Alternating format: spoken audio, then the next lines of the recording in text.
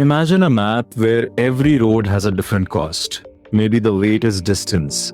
Maybe it is travel time. Maybe it is network latency in a distributed system. The question is always the same. Starting from one point, how do you discover the cheapest route to everywhere else without checking every possible path by brute force?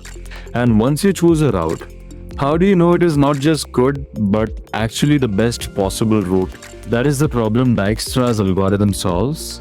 In this video, we are going to build it from the ground up, walk through it visually, connect every animation to the real implementation, and explain the exact condition that makes the greedy logic work.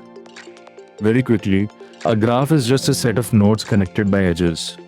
In Dijkstra, those edges carry weights. A weight could mean distance, price, travel time, fuel, or network delay. The important point is that moving from one node to another no longer has a uniform cost. In code, we usually store this with an adjacency list. That means for each node, we keep a list of its neighbors along with the weight of the edge that reaches them. This is compact, fast to traverse, and exactly what we need for a shortest path algorithm. The moment weights enter the picture, plain breadth first search stops being enough. BFS is perfect when every edge costs the same, because then the shortest path is just the one with the fewest steps. But once one edge can cost 1 and another can cost 10, fewer steps does not necessarily mean a cheaper route. There is one more subtle point here. In weighted shortest paths, the algorithm is not trying to minimize the number of nodes visited. It is minimizing the total accumulated weight. Those are different goals. A path with 4 cheap edges can beat a path with 2 expensive edges. That is exactly why we need a cost-aware strategy instead of a level order traversal. Dijkstra takes one source node and computes the shortest distance from that source to every reachable node in the graph. If you only care about cost, the output can be a distance table. If you also store parent pointers when you improve a node, you can reconstruct the actual path afterward. So the algorithm is useful both as a cost calculator and as a route finder. But there is one critical condition. Every edge weight must be non-negative. That rule is not a footnote. It is the entire reason the algorithm can make greedy decisions safely. If you forget that one assumption, you can use the algorithm in the wrong setting and get a result that looks confident, but is actually wrong. The intuition is elegant. At every step, Dijkstra looks at all unfinished nodes we can currently reach and picks the one with the smallest tentative distance. That node becomes finalized. You can think of it as the cheapest promise on the table. Now, why is that safe? Because every edge weight is non-negative. If a node is already the cheapest unfinished candidate right now, then any alternative route that reaches it later would first have to reach some other unfinished node whose cost is already at least as large, and then add a non-negative edge on top of that. So the later route cannot make it cheaper. This is the heart of the algorithm. We are not exploring randomly. We are expanding outward in order of increasing confirmed cost. The frontier goes from the source like a wave, and each finalized node becomes part of the region we now fully trust. If you want a one-line slogan for the algorithm, it is this: trust the cheapest unfinished node. Everything else in the implementation exists to make that single choice efficient and correct. Let us run it carefully, because this is where the algorithm becomes real. We start at node A, so distance of A is 0, and every other distance is infinity. Infinity here just means we do not yet know any route to that node. We also place A into a min-heap with priority 0. We pop the heap. The cheapest entry is A with cost 0, so A becomes finalized. Now we relax all outgoing edges from A. Reaching B directly costs 4, so distance of B becomes 4. Reaching C directly costs 1, so distance of C becomes 1. We push both of those candidates into the heap. We pop again. The cheapest unfinished node is now C with distance 1, so C gets finalized next. This is the first moment where the greedy idea matters. We are saying that 1 is not just the best route we have seen so far. It is the true shortest distance to C. From C, we try to improve its neighbors. Reaching B through C costs 1 plus 2, which is 3. That beats the old value 4, so B is updated from 4 to 3. Reaching D through C costs 5, so D becomes 5. Reaching E through C costs 8, so E becomes 8. Those improved candidates are pushed into the heap as well. At this moment, the heap now contains multiple candidates, and some of them represent the same node. That is normal. B is in the heap once with cost 4 from the direct route, and again with cost 3 from the improved route through C. We do not panic about that. We let both entries exist, and later the stale one will be ignored. We pop again. The cheapest unfinished node is now B with distance 3, so B is finalized. From B, reaching E costs 7. That is cheaper than the current value 8, so E improves from 8 to 7. Next we pop D with distance 5. D is finalized. From D, reaching E costs 6, so E improves again from 7 to 6. Reaching F through D costs 10, so F becomes 10. Next we pop E with distance 6. E is finalized. From E, reaching F costs 9, which improves F from 10 to 9. Eventually the older heap entry for B with cost 4 will also rise to the top. But by that time, the distance table already says the best known cost for B is 3. So when that old entry appears, we skip it. The same idea applies to any node whose better route was discovered later. This is why the stale entry check is so important in the practical heap-based version. Finally, we pop F with distance 9, and F becomes finalized. At that point, the shortest distance from A to F is known with certainty. If our goal were only the path to F, we could even stop here, because the destination has been finalized. Notice what happened through this whole walkthrough. Distances did not improve randomly. They improved in a disciplined way through relaxation. The heap always told us which unfinished node had the smallest tentative distance, and finalization always happened in a non-decreasing cost order. 0, 1, 3, 5, 6, 9. That ordered growth is what makes the algorithm feel stable instead of chaotic. Also notice the layered effect. First, the source discovers immediate neighbors. Then those neighbors discover better routes to nodes a little farther away. The algorithm keeps refining the boundary of what it knows until the graph is fully covered. That is why the frontier metaphor is so useful when you're first learning this. This update step is called relaxation, and it is the real engine of the algorithm. For every edge from the current node to a neighbor, we ask a simple question.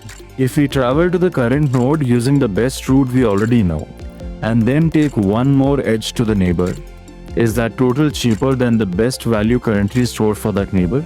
If yes, we replace it. If not, we leave it alone. That is all relaxation is. Compare the old promise against a newly discovered candidate and keep the cheaper one. But because Dijkstra always performs these relaxations from the cheapest unfinished node, those local updates combine into a globally correct shortest path computation. In practice, we implement this with an adjacency list and a min-heap. The heap stores pairs of distance and node. We begin by setting every distance to infinity, except the source, which gets 0. Then we push the source into the heap. The main loop is straightforward. While the heap is not empty, we pop the cheapest entry. If that entry is stale, meaning its distance no longer matches the best value in our distance table, we skip it. Otherwise, we inspect every outgoing edge from that node, compute the candidate distance to each neighbor, and relax when the candidate is better. That stale entry check matters because Python's heapq does not support a true decrease key operation. We do not edit an existing heap entry in place. We simply push a better one and allow the older entry to stay there. Later, when the old one rises to the top, the distance table reveals that it is obsolete, and we discard it. This is an extremely common interview and production implementation detail, and understanding it makes the code much less mysterious. The other important addition is the parent table. Every time we improve a node, we record which node produced that improvement. That one line of bookkeeping is what later allows us to recover the actual route instead of just the fine numbers. If you read the code line by line, every piece matches a visual concept from the walkthrough. The heap is the frontier of canvas. The distance table is our current best knowledge. The stale entry check protects us from outdated promises. The relaxation loop is how information spreads across edges, and the parent table remembers how the best route was formed. When the visuals and the code line up like this, Dijkstra stops feeling like a memorized trick and starts feeling like a system you can reason about. Distances alone tell you the cost but not the route. That is why we store a parent whenever we improve a node. If E becomes cheaper through D, then the parent of E becomes D. If F later becomes cheaper through E, then the parent of F becomes E. At the end, we start from the destination and walk backward through those parent pointers until we return to the source. For this graph, the final chain for F is F from E, E from D, D from C, and C from A. Reverse that chain and you get the actual shortest path, A to C to D to E to F. This is a small addition to the implementation, but it turns Dijkstra from a score calculator into a real route finder, which is usually what people actually care about. Here is the invariant to remember. Once a node is finalized, its shortest distance is fixed. That statement is true only because all future edges we may add are non-negative. A later path cannot suddenly become cheaper after we already picked the smallest unfinished distance. A fast way to reason about it is this. Suppose some node X is the cheapest unfinished node right now. Any alternative route to X that we discover later must first travel through another unfinished node whose distance is already at least as large as X, and then add a non-negative edge. That later route cannot beat X. So finalization is safe. This is not a full formal proof, but it is the core idea behind the proof. Finalization works because any later route has to go through something that is already no better, and then add a cost that is not allowed to be negative. So once a node is the cheapest unfinished candidate, the door is effectively closed on any cheaper alternative appearing later. But if negative edges exist, that logic collapses. Suppose B looks cheapest right now, so we finalize it. Later we discover a route through C with a strongly negative edge into B. Suddenly B should have been cheaper than we thought, but the algorithm already committed too early. That is the failure mode. Dijkstra did not make a small arithmetic mistake. It relied on an assumption that is no longer true. That is why negative weight shortest paths belong to algorithms like Bellman-Ford instead. Let us make that proof intuition feel concrete. Imagine some node X has just been chosen as the cheapest unfinished node.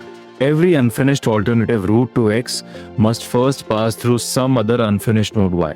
But Y already has a tentative distance that is at least as large as X, because otherwise Y would have been chosen first. And once you move from Y toward X, you are only adding a non-negative edge cost.